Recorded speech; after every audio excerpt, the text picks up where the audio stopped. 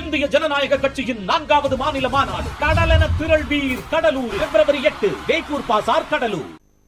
மாநில அரசு கொடுக்கக்கூடிய பரிந்துரைகளின் அடிப்படையிலேயே ஜிஎஸ்டி வரி நிர்ணயம் செய்யப்படுகிறது என்று தமிழக பாஜக முன்னாள் தலைவர் தமிழிசை சவுந்தரராஜன் தெரிவித்தார்.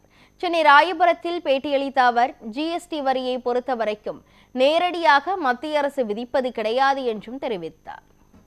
நான் ஒண்ணே தெளிவுபடுத்துறேன். ஜிஎஸ்டி வரி நேரடியா மத்திய அரசு விதிப்பது கிடையாது.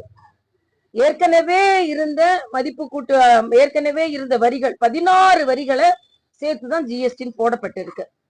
நேரடியா மத்திய அரசு இந்த மாநிலத்துல உள்ள பொருட்களுக்கு நேரடி வரி விதிக்கிறது கிடையாது. இங்க உள்ள மாநில நிதி அமைச்சரோட பரிந்துரையின் பேரில் தான் இது விதிக்கப்படுகிறது. அதனால ஜிஎஸ்டின்னு உடனே மத்திய அரசு தான் அப்படின்னு நினைக்க கூடாது. ஜனநாயக முறைப்படி ஜிஎஸ்டி கவுன்சில்ல மத்திய நிதி அமைச்சர் மாநிலத்தின் நிதி அமைச்சர் இணைந்து அவர்களிடம் இந்த கோரிக்கை ஏற்று அவங்க அது நடைமுறைப்படுத்தப்படுகிறது.